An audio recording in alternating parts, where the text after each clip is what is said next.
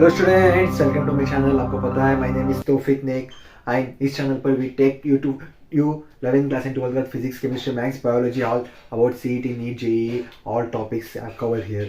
So until now we have discussed about many topics in physics and chemistry at all. Chemistry started a basic concept of chemistry in which we studied many things. What is chemistry, where are they used, what is the compositions, all we studied. We continue in this class by studying that scales of measurement of temperature. So always remember the temperature of our body and temperature of sun is measured in different scales. For example के लिए समझिए, आप अगर doctor के पास गए, वो आपके मुंह में थर्मोमीटर रखेगा आपकी बॉडी चेक करने के लिए, टेम्परेचर चेक करने के लिए, और आपको बोलेगा कि आपकी बॉडी टेम्परेचर एक 97 डिग्री सेल्सियस है भाई, ये बोलेगा, या फिर आपकी बॉडी टेम्परेचर 97 केल्विन है भाई बोलेगा, या फिर फ़ारेनहाइट है भाई बोलेगा, नहीं ना, डिग्री सेल्सियस बोलेगा ना। उसी तरह आप उस थर्मोमीटर से आप अपनी बॉडी का टेम्परेचर सेल्सियस में मेजर कर सकते हो, लेकिन आप उसी थर्मोमीटर को लेके जाके सन का चेक करेंगे क्या, सन कितना टेम्परेचर है भाई सन में, आप उस थर्मोमीटर से चेक करेंगे सन का टेम्परेचर, नहीं ना। इस तरह सन के टेम्परेचर को मेजर करने के लिए अलग काइंड ऑफ स्केल्स है। इसी तरह अलग अलग काइंड्स ऑफ स्केल्स हम यूज करेंगे। वो 3 टाइप्स ऑफ स्केल्स कौन से हैं? एक Celsius scale, second Fahrenheit scale and third kelvin scales. Listen, always remember your body measured in different scale and pressure or temperature of stars are measured in different scale because it is very heat than your body. Okay, students? So these are the 3 scales. Which one? 1. Celsius scales. It is calibrated from 0 degree Celsius to 100 degree Celsius. I said about your body.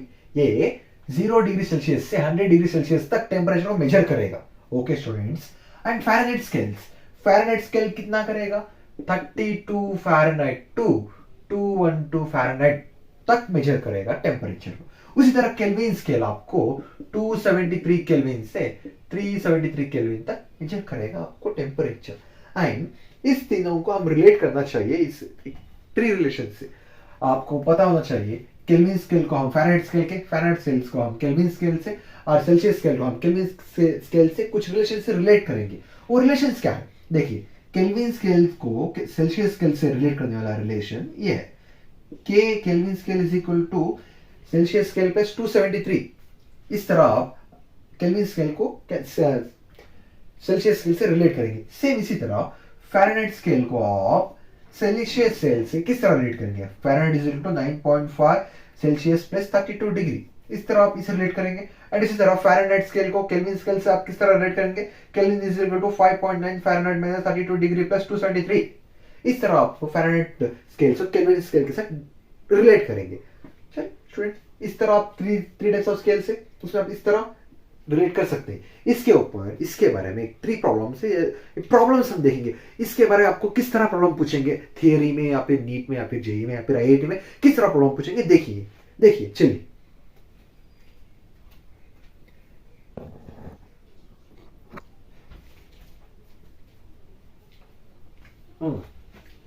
तो इसके ऊपर हम problem सब जानेंगे.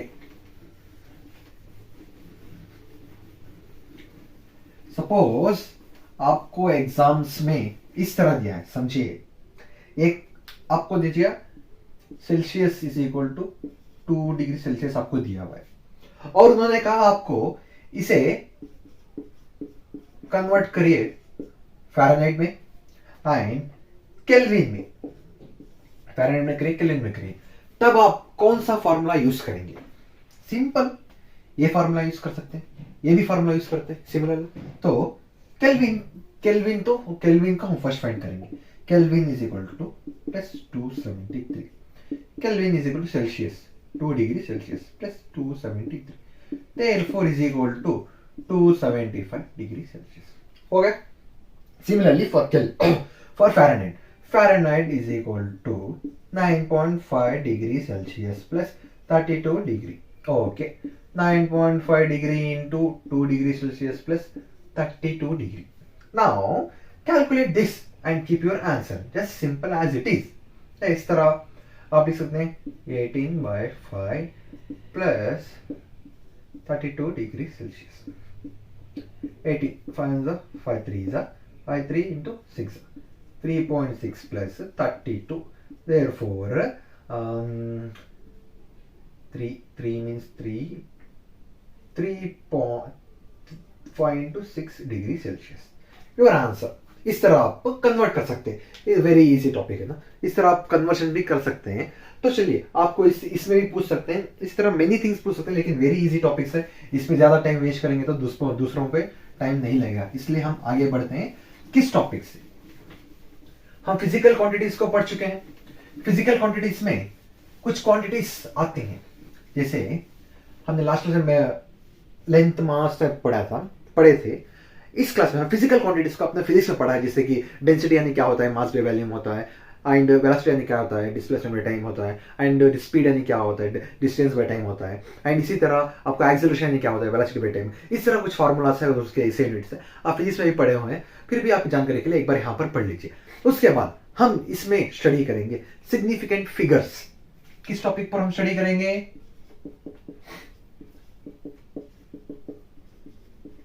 Significant figure. So students, what is significant figure?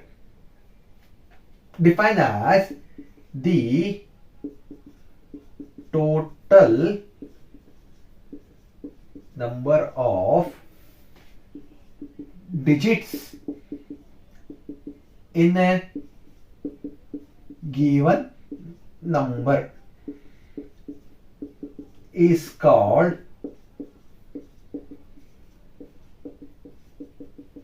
significant figure. So what is this definition telling about? ये definition हमें क्या बता रहा है, समझिए। जस्ट एक एग्जांपल के तौर से हम समझेंगे, जैसे 9.43। ओके स्टूडेंट्स, तो ये डेफिनेशन क्या बता रहा है पता है आपको? Just the total number of digits, total number of digits. This is 1 digit, this is 2 digit, this is 3 digit, this is 1 digit. Any number, a single number is called a digit. Okay students, a digit. There are how many numbers of digit is there? 1 digit, 2 digit, 3 digit, 4 digit. 4 digits. This is total digits in which ये सब किस में आ रहा है? एक सब number में आ रहा है। इस नंबर को हम बोलेंगे सिग्निफिकेंट फिगर। एंड ये जो सिंगल नंबर है इसे बोलेंगे digits. Okay, for your more convenient I can write like digit digit digit digit, n number of digits. Okay, n number of digits in significant figure. आपको इस जगह पर confuse होएगा, आपको मोस्ट ऑफ द पर्सन को confuse होगा, जैसे कि इधर भी नंबर है, इधर भी नंबर है, क्या माज रहा है? ऐसा कुछ नहीं है। ये जो नंबर है ये क्या है? एक सम को बता रहा है, एक सम को बता रहा है। जैसे कि ये सब चीज को सम करेंगे ना, उस नंबर कितना होगा? जैसे कि 1 2 3 4 से 1 2 3 4 डिजिट्स, यानी कितने डिजिट्स है? ये एक डिजिट, ये एक डिजिट, एक डिजिट, एक डिजिट, कितने डिजिट है? 4 डिजिट्स। 4 डिजिट्स को ये नंबर बता रहा है, number of digits in A given number. ये एक गिवन नंबर है, इसके अंदर इतने डिजिट्स है, सिंपल इस तरह बता रहा है। हम इसमें कुछ चीज को फॉलो करेंगे, बताइए। अब इसके बाद हम जानते हैं इसमें क्या क्या हम लिख सकते हैं। सो अगर आपको समझो अगर आपको ऐसा एक नंबर 8432 ऐसे एक नंबर दे देखे, they have given A number and they have asked find significant figure of this number, what you will do? You don't know how to write how many significant figures are there in this number, how many digits are there in this number. You just know how many digits are there in number 1 2 3 4 5 digits are there in this number. But when you are going to calculate this kind of number, look how many digits in this number, or else how many digits in this number, or else how many digits in this number. Digits is equal to significant figures. How many significant figures in this number? इस तरह के problems को हम solve करने के लिए 4 rules को follow करेंगे, मेनी रूल्स को फॉलो कर 4 रूल्स को फॉलो करेंगे। तो चलिए उस रूल्स क्या होते हैं हम जानते हैं। रूल 1 को एग्जांपल लेके बताता हूं, जैसे example 4892। As I told you, the number of digits is equal to significant figure. इस तरह के non zero element, non zero number अगर हो तो जितने भी नंबर हो उतने सिग्निफिकेंट फिगर्स होते हैं. जितने भी नंबर हो उतने सिग्निफिकेंट फिगर होते हैं. अगर जीरो नहीं है तो 1 2 3 4 4 significant figure. Similarly 5 3 2 1 3 5 significant figure. Non zero है इसलिए जितने भी नंबर होंगे उन सबको हम सिग्निफिकेंट नंबर ही लेंगे. एंड रूल 2 हमें क्या कहेगा? रूल 2 हमें कहता है कि अगर एक जीरो मिडिल में आए तो, अगर एक जीरो मिडिल में आ जाए तो आप उसे नंबर ही लेंगे. जैसे कि अगर आपको एक दो, if a zero is in between two numbers, if a zero is in between two non-zero number, then that zero is also counted as significant number. Okay, students. So how many significant number in this? 4. How many in this? 2, 4, 6. Significant figure. Significant figure. Okay, students. Zero अगर middle में है तो दो number के बीच में उसे भी हम काउंट करेंगे सिग्निफिकेंट नंबर या फिर डिजिट के रूप में. अब रूल 3 को जानेंगे. रूल 3 क्या कहता है पता है हमें? अगर से आपको जीरो नंबर के पहले हो तो, अगर आपको जीरो नंबर से पहले हो तो आप उस जीरो को काउंट नहीं करेंगे. आप उस जीरो को काउंट नहीं करेंगे. If a zero is in the starting और if a zero is in the first number of a digit, if a zero is in the right side, sorry, if a zero is in the left side of the number, then we won't count it as significant figure. So it's a significant figure कितना है? 3 significant figure. Ignore this 2 significant figure, 4 significant figure. Okay students, इस तरह अगर ये side zero हो तो आप उसे इग्नोर करोगे. इसी तरह अगर राइट साइड जीरो हो तो आप उसे क्या करेंगे? जैसे ऐसा जीरो या फिर इस तरह जीरो है तो आप उसे क्या करेंगे? अगर जीरो राइट साइड है तो उस जीरो को आप काउंट करेंगे.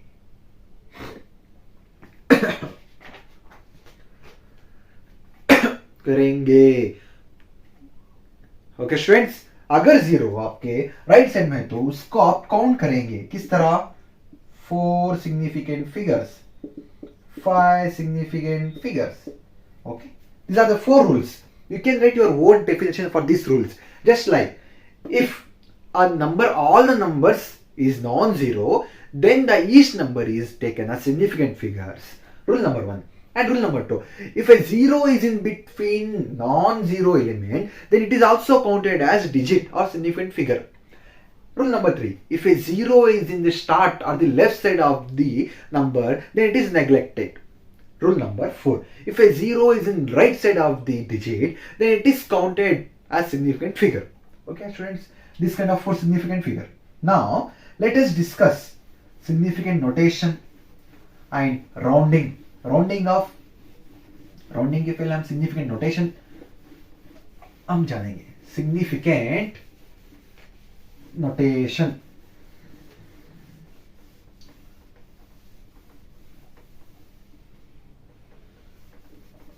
Significant notation. Okay student, what is significant notation? A significant notation is described as n 10 to the power of n. Significant notation is represented as n into 10 to the power of n. What is n? N is equal to single non-zero element.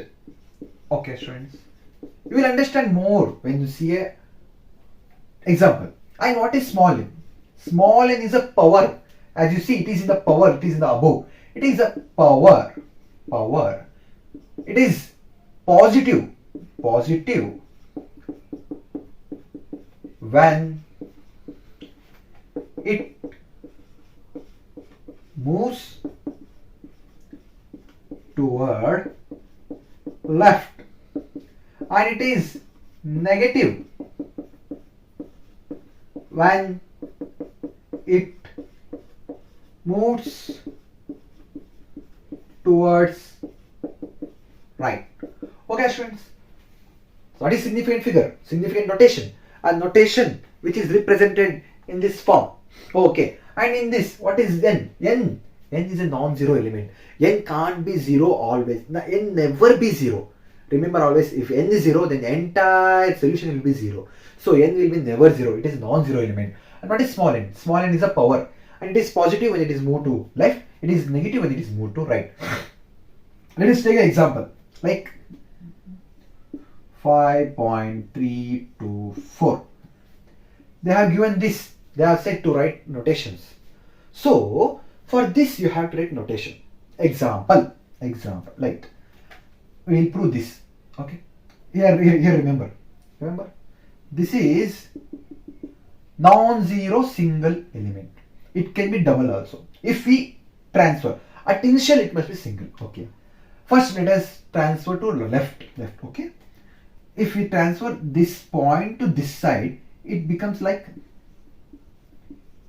here it will be zero, many zeros, anything. So if we transfer this point to this side, it will be zero, like this. That time you have to write 10 to the power of 1 plus 1. Okay. If we transfer this to again one side, like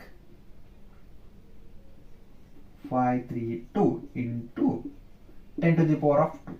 Is that sure? This kind of notations you have to write when you move from right to left side. Similarly, when you move from this side to right side, we will take it as C. Okay. So if we move this to right side, it will like, it's just simple 10 to the power of minus 1. Similarly, if we move another digit, it will 10 to the power of minus 2. Okay, students. Simple. This kind of notations is very important. You will see in the entire chemistry, maths, chemistry and physics also. Even in your biology also. Okay, this kind of notation. Now, let us learn what is rounding of significant figures. Rounding, baby, rounding. Just like you round your girlfriend. Okay, students. What I said? Rounding significant figure. Okay. Remember students, we are doing these all classes with including CET. Okay. CET, NEET, IIT, JEE, many things. Okay. What is rounding? आपको इसे भी हम एक example लेके समझाते हैं. जैसे कि समझो 8.014. Same. Similarly 8.00632, 9.2642, 10.143. Okay, yeah. So now rounding. Let us learn rounding. Rounding has two rules. Rounding में two rules होते हैं. जिस तरह के rules यानी समझो, अगर एक सीरीज में नंबर है, आपको किसी नंबर पर 5 आ गया या मोर देन 5 आ गया, मोर देन 5 आ गया, तो आप क्या करेंगे? सपोज आपको इस पोजीशन पर आपको 6 आ गया, ये क्या है? मोर देन 5 है. तब आप क्या करेंगे पता है? तब हम सिंपली ये काम करेंगे. क्या यानी देखेंगे ये मोर देन 5 है, तब हम क्या करेंगे? इसके आगे वाला जो लेटर होगा, इसके आगे वाला जो नंबर होगा, उसको हम वो नंबर जितना भी होगा +1 कर देंगे, +1 करके लिख देंगे. फॉर सपोज देखो ये साइड 0, यहां पर पॉइंट के बाद ये 0, ये 6 है. ये क्या है? 6 क्या है? मोर देन 5 है. तब हम क्या करेंगे? हमें ये लेटर पर मोर देन 5 आया हुआ है, तब हम क्या करेंगे? उसके पीछे वाले नंबर को +1 कर देंगे. क्या कर देंगे? उसके पीछे वाले नंबर को +1 कर देंगे, बाकी का सब इग्नोर कर देंगे. ओके. सिमिलरली इसे भी देखो, इधर पॉइंट के बाद इधर 2 है, इधर 6 है, मोर देन 5 है, तब हम क्या करेंगे? उसके पीछे वाले नंबर को +1 कर देंगे. क्या कर देंगे? +1 कर देंगे. ओके. ये होगा मोर देन 5 है तो। अगर लेस देन 5 हो तो क्या करेंगे भैया? अगर अगर लेस देन 5 हो तो लेस देन 5 हो तो जो नंबर कैसा है उसे हम वैसे ही लिख देंगे। No change, nothing at all, no any, nothing is change, return as simple. इसमें क्या है? जीरो नहीं है, इसे लिख देंगे। इसमें भी जीरो नहीं है, इसे लिख देंगे, सिंपल। अगर अगर अगर अगर अगर अगर आपको इस तरह नंबर दिया हो जैसे, ओके, तो आप देखिए आपको पहले लेस देन 0 आया, लेस देन 5 आया हुआ है, लेकिन एक पॉइंट पर ग्रेटर देन 5 आया हुआ है। अगर आपके पॉइंट के बाद कई भी नंबर पर ग्रेटर देन 5 आ गए तो 5 आ जाए तो ग्रेटर देन 5 आ जाए तो किसी भी नंबर पर ग्रेटर देन 5 आ जाए तो आप उसके एक पीछे वाले नंबर को +1 कर दोगे। सिमिलरली देख 0 1, इस 4 को +1 करें तो क्या होगा? 5। Simple case. इस तरह आप राउंडिंग करेंगे। ओके स्टूडेंट, हम इस पर कुछ प्रॉब्लम्स है देखेंगे। चलिए किस तरह यानी addition, subtraction, multiplication, division. So they have given you two problems like this. 1, 2 into 10 to the power of 2 and 3 into 10 to the power of 3. Okay students, first one you have to do this addition and subtraction and division and multiplication. Here you will get a clear cut of definitions, the clear cut in your mind. Suppose addition हम कैसे करेंगे? Simply ये है, ये B है। हम addition में क्या करते हैं? Simply always as always A plus B करेंगे। सब्ट्रैक्शन में ए माइनस बी करेंगे। डिवीजन में ए डिवाइडेड बी करेंगे। मल्टीप्लिकेशन में ए इंटू बी करेंगे। ओके या तब हम इसे इस तरह लिखेंगे, देखो 2 into 10 to the power of 2 plus 3 into 10 to the power of 3। आपको एक बहुत सारा दिमाग चाहिए, दिमाग नहीं चाहिए आपको, बहुत सारा दिमाग चाहिए इसे समझने के लिए। समझो। एंड इसी तरह हम इसमें भी लिखेंगे। देखिए ये साथ साथ लिखेंगे क्योंकि आपको इजीली समझना चाहिए। 3 into 10 to the power of 3। So cases are same. Here you have 10 to the power of 2, 10 to the power of 3. Here you have 10 to the power of 2, 10 to the power of 3. But difference is here you have addition, here you have multiplication. So in the case of multiplication, if this kind of problems arises like 10 to the power, 10 to the power of a into 10 to the power of b, you have to write it as 10 to the power of a plus b in case of multiplication. But in case of addition, you see that one quantity, you see one quantity 10 to the power of 2, other quantity 10 to the power of 3. You can't do this here. So first you convert this quantity, you convert this quantity to this, or else this quantity to this. How? Simply by notation, by zero rule, by rounding significant number. Like if we round this, if you want to convert this term into 10 to the power of 2, if you want to convert this term into 10 to the power of 2, just simple, like I said you, if you move 0, if you move a point right side, it will be like 0 negative. Suppose here in this you have like this solution you have, okay, this solution here. If you move this point, always remember यार, अगर यहाँ पर कुछ भी नहीं है तो ये 0.00 लिख सकते हैं ना हम। 3 को 3.000, 3 आंसर होगा ना। 3 को 3.00 लिखेंगे तो 3 सेम होगा ना। हम इसे इस तरह लिखेंगे।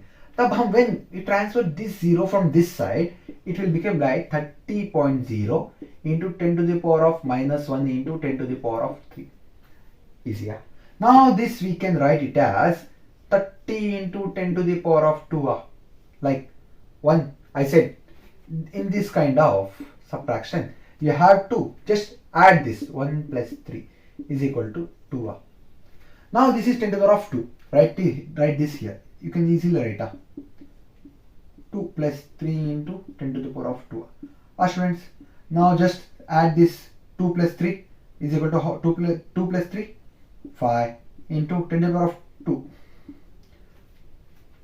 Easier. You can't add this 2 because it is addition. But you can just write as common thing outside. Okay. Now subtraction. Subtraction is also same. Like 2 into 10 to the power of 2 plus 3 into 10 to the power of 3. Similarly, it also 2 into 10 to the power of 2 minus 3 in 30. Sorry, yeah. This one is 30 means 5 6 are 60. Okay. 30 into 10 to the power of minus 2. Sorry, plus 2. Just remove minus 2 outside. What will happen? Minus 28. Minus 28 into 10 to the power of 2. Like 2 minus 30 into 10 to the power of 2. Okay, students, it's done. Now it's about division. It's about division. Like division also similar. Like 2 into 10 to the power of 2 and 3 into 10 to the power of 3. 3 into 10 to the power of 3. Now, when you transfer this term to above, it became like multiplying into 3 into 10 to the power of minus 3. अगर आप एक term को नीचे से ऊपर कराए तो negative होगी, इस तरह होगी. तो हम इसे इजी लिख सकते हैं, जैसे कि ये मल्टीप्लिकेशन में आ गई, डिवीजन से मल्टीप्लिकेशन में आ गई, तब हम इसके पावर को जस्ट ऐड कर देंगे. 2 3 6 into 10 to the power of 2 minus 3 plus करेंगे, लेकिन इधर पर हम माइनस देंगे. Okay. Now final answer will be 6 into 10 to the power of minus 1. Easy, students. Similarly, you can write for multiplication. Dead easy. 3 to the 6 into 10 to the power of 2 plus 3, 5. आ गया आपका answer. इस तरह you can write rounding with the help of rounding and significant. You can solve all the problems like this. So let us continue this further. We'll study something special. Students, now we study about some important conversations. हम कुछ ज़्यादा important conversations पढ़ेंगे. Just like length. अब you can measure length in centimeters, meters, and even in kilometers length. Why does it happens? What make it measure? So let's decide. Look, one Avogadro number is equal to 10 to the power of minus 3, minus 9, minus 10 to the power of 10 to the power of minus 10 metre. अगर आपने जो major value की है वो 10 to the power of minus 10 में आई तो उसे हम कह देंगे Avogadro. उसी तरह 1 इंच ये क्या है? ये क्या है? 1 इंच है ना. अपन बोलेंगे 1 इंच को 10 to 2.54 सेंटीमीटर. इसी तरह 1 सेंटीमीटर को हम बोलेंगे 10 to the power of minus 2 metre. And 1 metre is equal to 10 to the power of minus 2 metre. 1 centimetre is equal to 10 to the power of minus 2 meters. इसी तरह 1 mile is equal to 1.64 kilometers. Always remember mile and kilometers are different. Kilometer means 1 kilometer is equal to 100,000 centimeter, 1000 meters. 1 kilometer is equal to 1000 meters and 1 mile is equal to 1.64 kilometers. Okay, students. And similarly, pressure. 1 atmospheric pressure is equal to 1.0136 into 10 to the power minus 5 PA. And similarly, energy. 1 call is equal to 4.184 joules and 1 air is equal to 10 to the power of minus 7 joules. Remember this. These are the main important quantities you are going to be studied in the further classes. Similarly, mass 1 kg is equal to 100 grams. So you are aware of that. 1 kg is equal to 100 grams and 1 gram is equal to 10 to the power of minus 3 kg. Easier, 10 to the power of minus 3 kg. And similarly, one atomic unit. The unit which we measure in atomic level. Atomic level में measure करेंगे ना हम. उस unit को हम किस में दिखा सकते हैं? ये हम. This is the mass of energy, mass of electron. 1.66 into 10 to the power of minus 24 kg. One atomic unit. And similarly, volume 1 liter is equal to 1 liter. 1 liter is equal to 10 to the power of minus 3 milliliter, or else 10 to the power of cube centimeter cube. 10 to the power of centimeter cube. We can write 10 to the power of minus 3 metre cube. इसे हम किस तरह convert कर सकते हैं? Just simple. ये centimetre को आप मीटर में लिखिए, तब क्या होगा? सेंटीमीटर को मीटर में लिखेंगे तो एक क्वांटिटी आएगी. उस क्वांटिटी को सब्ट्रैक्ट करके ये आएगा. आपको इस चीज को मुझे आप प्रूव करके बताइए कमेंट सेक्शन में. सो अब हम इसके ऊपर आए कुछ प्रॉब्लम्स को डिस्कस करेंगे. आपको ये आराम से समझ आएगा जब हम प्रॉब्लम डिस्कस करेंगे. Just like convert 4.5 minute into seconds. How can you convert minutes into seconds? There is a formula like 4.5 minute into conservation factor. I said you, what is conservation factor? I already defined you. So here, conservation factor of time, you are aware of that. Look, conservation factor is equal to, I said, 1 second is equal to how many minutes? 1 minute is equal to 60 seconds. Therefore, you can keep 1 here, and 60 seconds is equal to 1 minute. This is what? This is conservation factor of time.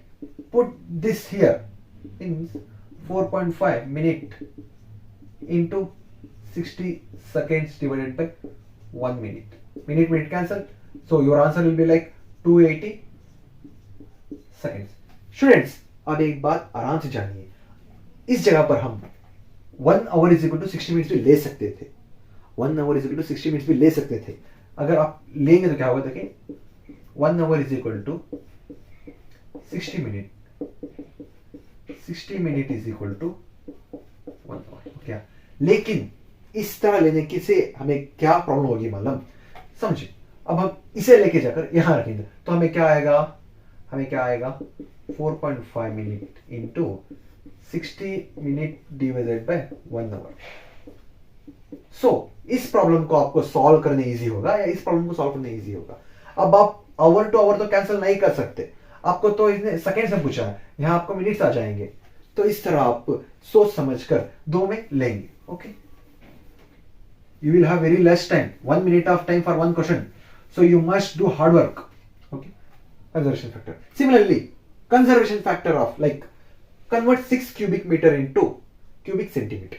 So here also similar, you can take, look, 6 cubic meter into conversion factor.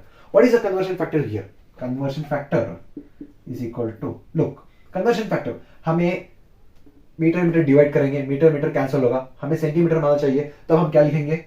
1 metre is equal to 100 centimetre. So we can write this as 1 metre is equal to 10 to power of -2 centimetre. And अब हम इसे cube करेंगे तो क्या होगा? ये cube आएगा 10 to power of 2 centimetre of cube. So finally we can write this as 1 is equal to 10 to power of 6 cube centimetre cube divided by metre cube. Easy students, हम यहाँ पर ये मीटर क्यों लिखे हैं? ये मीटर ही क्यों लिखे हैं? यानी हम ये मीटर को कैंसिल करके सेंटीमीटर में लाएंगे आंसर, इसलिए हम मीटर ले रहे हैं. वरना हम दूसरी क्वांटिटी भी ले सकते थे, लाइक किलोमीटर. अगर किलोमीटर में आपको दिया है तो हम क्या करेंगे? सिंपली इसे यहाँ सब्स्टिट्यूट करेंगे. 6 metre cube into 10 to power of 6 centimetre cube divided by metre cube into 6 into 10 to power of 6 centimetre. Students always remember, आपको जो क्वेश्चन दिया होगा उसी में आपका आंसर होगा. जैसे यहाँ मिनट 2 सेकंड्स है, तब हम क्या लेंगे? 1 minute is equal to 60 seconds लेंगे. यहाँ मीटर क्यूब को सेंटीमीटर क्यूब दिया है, तब हम क्या लेंगे? 1 metre is equal to 60 centimetre. 1 metre is equal to 100 centimetre लेंगे. कितने सेंटीमीटर को उतने सेंटीमीटर लेंगे. यहाँ पर क्या है? 1 inch is equal to metre में दिया है. 1 इंच इज इक्वल टू कितने सेंटीमीटर होंगे? हम लेंगे 1 इंच सेंटीमीटर. तो इसका relation 1 inch is equal to कितना आएगा वो लिखेंगे. 1 day second is equal to centimetre. इसे हम दूसरी तरह जानेंगे. तो फर्स्ट हम ये कवर करेंगे. जैसे हमें यहाँ पर क्या लिखना है? 3 inches into coefficient factor. First let us find coefficient factor. Like coefficient factor, हमें कोएफिशिएंट फैक्टर किस में फाइंड करेंगे? आई देखिए, 1 inch is equal to 2.54 centimetre. Similarly conversion factor 2.54 centimeter divided by 1 inch. Okay, yeah. Put this here. 3 inch into 2.54 centimeter into 1 inch. Okay. Now inch get cancelled. You will get a final answer like 7.68 centimeter. अब आपको हमेशा doubt रहेगा, हम 1 inch to 2.45 क्यों लिए? 1 metre is equal to cubic metre क्यों लिए? अबे यार, एक बार प्रॉब्लम सीधे से पढ़ना, आपको मिनट से सेकंड में कन्वर्ट करना है, तो आप इसी का रिलेशंस लेंगे ना. 1 minute is equal two seconds, तो दूसरा कोई नहीं लोगे ना, इस तरह लेंगे. अब how many seconds in 2 days? कभी आपने बैठ कर सोचा है कितने सेकंड्स होंगे 2 दिन में? नहीं सोचा, इसलिए हम आपको सुझाव देते हैं, सोचिए. तो you can write here as like 2 days is equal to coefficient factor हमें क्या आना है, ये डे जो होता है ये हमें नीचे आना है, क्यों, हमें इसे दो को कैंसिल करेंगे और इधर पर हमें क्या आना है, इधर पर हमें सेकंड्स आना है। तो चलिए इसे हम इस तरह करेंगे, फर्स्ट कोएफिशिएंट फैक्टर फाइंड करेंगे। इसका कोएफिशिएंट फैक्टर क्या होगा, देखिए 1 day is equal to 24 hours. Okay students, अब 1 इधर रखिए, 24 आवर्स के नीचे 1 डे डालिए। अगर हम इसे यहाँ भेजे तो हमें यही रिलेशन मिलेगी ना, इसलिए हम उसे कर सकते हैं। इस कोएफिशिएंट फैक्टर को substitute here, 2 days is equal to coefficient factor 24 hours divided by days. Now cancel days. What we got, 2 into 24 hours. Okay students, but we want answer in seconds. So what we do, 1 hour is equal to, if you want to convert 1 hour into seconds, we just multiply it into 1 hour into 60 minutes into 60 seconds. Just simple as it is. 2 into 24, 1 hour में कितने minutes होते हैं भाई, 60 minutes. 1 minute में कितने seconds होते हैं भाई, 60 सेकंड्स। तो we get total answer here 172800 seconds. Okay students, इस तरह you can easily solve this problems, very easy. Okay, so conversion factor find करना वेरी इंपॉर्टेंट है। तो चलिए हम इस सेक्शन को यहीं पर एंड करते हैं।